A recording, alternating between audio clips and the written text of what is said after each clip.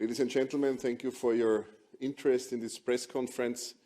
I speak on behalf of the Spinelli-Group in the European Parliament, a decades-old group that serves for federalism in the parliamentary endeavor in this very House.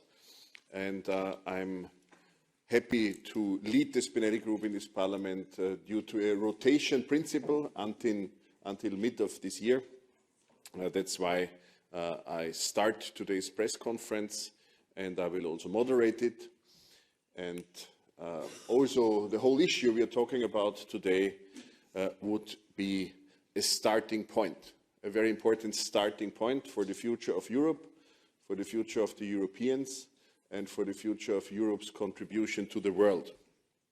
I'm happy that with me during this press conference will speak Gabi Bischoff, a member of the European Parliament from the Social Democratic Group from Germany, as well as next to her Daniel Freund, also from Germany, member of European Parliament from the Green Group, and Sandro Gozzi, member of European Parliament for France and from the Renew Group.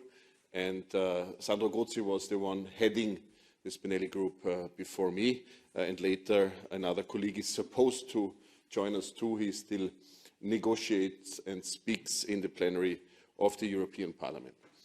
Ladies and gentlemen, many Europeans, our fellow citizens of the European Union, are concerned regarding the future of this very European Union and of the European continent.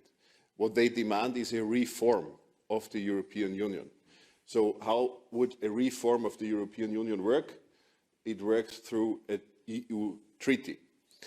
We face at this very moment the longest period of time in the history of the European Union without any treaty reform. Since the Treaty of Lisbon, there was no treaty reform at all, but this is how an EU reform works, via treaty changes, via a treaty reform. This is why, if we want to respond to the call of citizens for the reform of the EU, if we want to contribute to a prosper and proper future of the European Union and of our very continent, we have to thrive for a treaty reform. How can that work?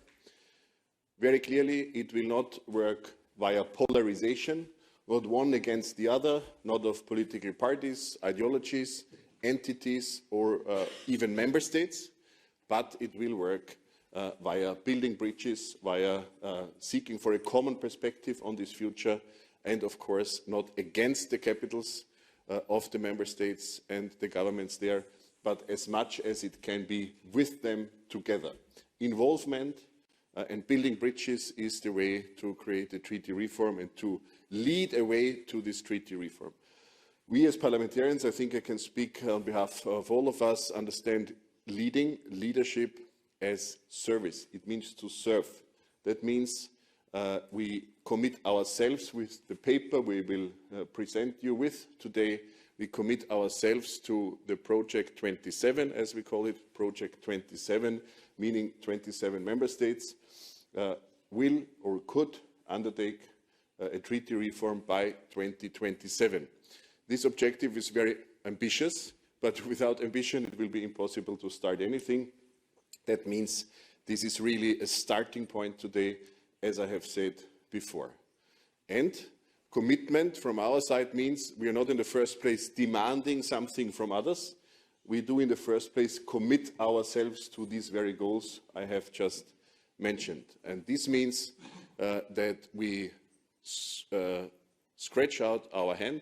We want to build bridges. We want to convince others, meaning also political groups which are not represented here today, especially from the broad center in this very European Parliament, which also includes the Conservatives within this European Parliament, and we will reach out our hand also to member states' governments, because only together we can and we will respond and fulfill what citizens demand, namely a treaty reform and EU reform, which I would call, in my language now, with more freedom to the inside and more strength to the outside.